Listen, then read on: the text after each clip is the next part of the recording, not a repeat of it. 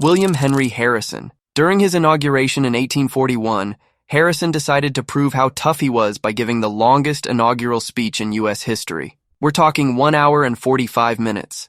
That's longer than most movies. And get this, it was freezing cold, literally freezing. He's standing there without a coat or hat, giving this massive speech in the middle of winter, trying to show everyone how strong he is.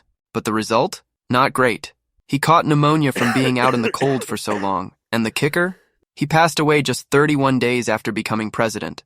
Probably the shortest presidency in American history. Next up, Franklin D. Roosevelt.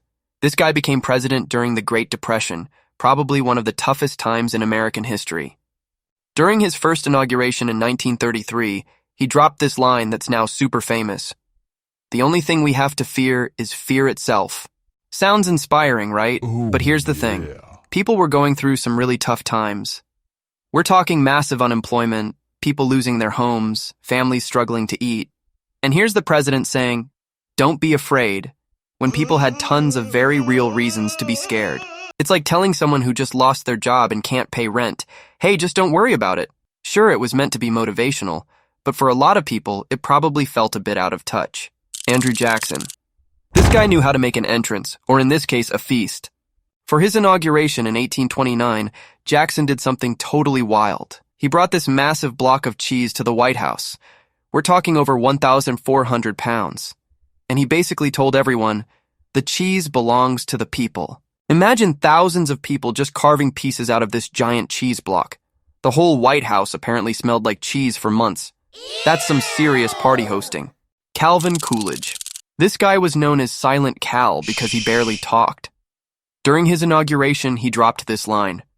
"No man ever listened himself out of a job." Classic Coolidge move, making a joke about how little he talks while barely talking. While other presidents gave these long, dramatic speeches, he kept it short and sweet. Thomas Jefferson. This was a big moment, the first peaceful transfer of power in U.S. history. And how did he start? By basically saying, "I'm probably going to mess this up." His actual words were, "I shall often go wrong through defect of judgment." Imagine starting your first day at a new job by telling everyone you're going to make mistakes.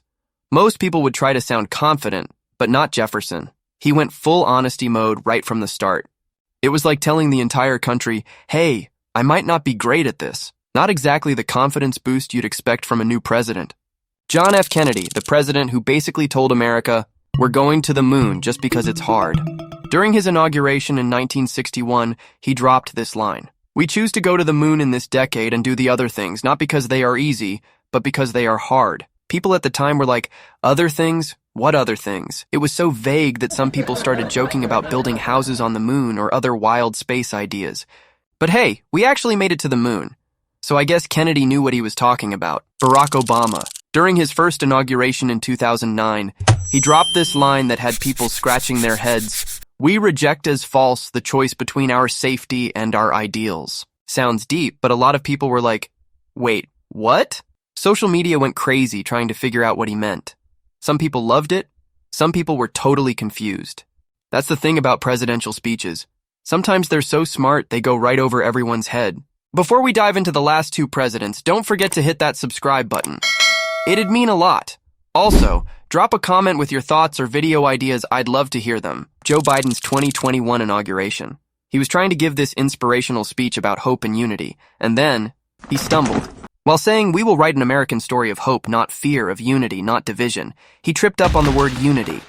Just a small slip, but this is the internet age. Social media went wild. People started turning it into a meme. One little stumbled, and suddenly everyone's making jokes and reading way too much into it. Finally, a proposal from Donald Trump that definitely raised some eyebrows in 2025. Apparently, Trump had this idea to rename the Gulf of Mexico to the Gulf of America. Yeah, you heard that right. We're talking about a body of water that's been called the Gulf of Mexico for hundreds of years. It's on maps worldwide, in history books, and in scientific research.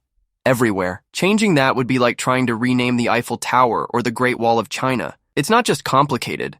It's basically impossible. Every single document would need to be updated. And let's be real. Mexico probably wouldn't be super happy about this. It's their Gulf after all. So those are the weird presidential ideas. If you want more of these videos, hit the subscribe button and comment down your ideas.